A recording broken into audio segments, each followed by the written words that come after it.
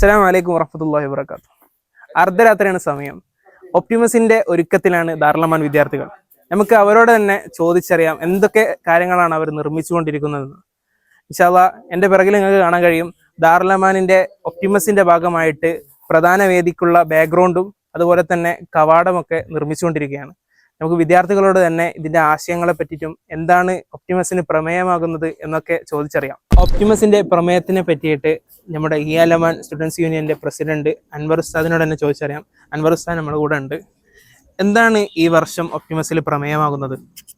ഈ വർഷത്തെ ഒപ്റ്റിമസിന്റെ പ്രമേയം എന്ന് പറഞ്ഞാൽ അതിന്റെ അബ്ദവാക്യം ഇങ്ങനെയാണ്: ബഫർലെസ് ലിസൺ മോർ, അഥവാ ചുരുക്കത്തിൽ എങ്ങനെ ഒരു മികച്ച കേൾവിക്കാരനാവാന്നുള്ളതാണ്. ഈ ഒപ്റ്റിമസ് എത്രാമത്തെ എഡിഷൻ ആണ്? ഇത് 19ാമത്തെ എഡിഷൻ ആണ്. ഇതിനു മുമ്പ് ഒപ്റ്റിമസിൽ പ്രമേയങ്ങൾ ഉണ്ടായിട്ടുണ്ടോ?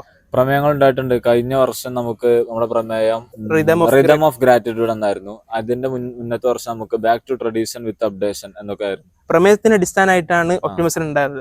ഈ പ്രമേയത്തിന്റെ ഭാഗമായിട്ട് ഇവിടെ ഒപ്റ്റിമസിന്റെ ചുറ്റുപാടുകളിൽ ഇതിന്റെ നിർമ്മിതികളോ മറ്റോ ഇവിടെ നിർമ്മിക്കാറുണ്ടോ? പലപ്പോഴും നമ്മുടെ വേദികള് അതുപോലെ തന്നെ നമ്മുടെ വിദ്യാർത്ഥികൾ വരച്ചുണ്ടാക്കുന്ന പല അവരുടേതായ രചനകളും അതൊക്കെ ഈ ഒരു പ്രമേയത്തിന് അടിസ്ഥാനമായിട്ടാണ് ഉണ്ടാകാറുണ്ട്.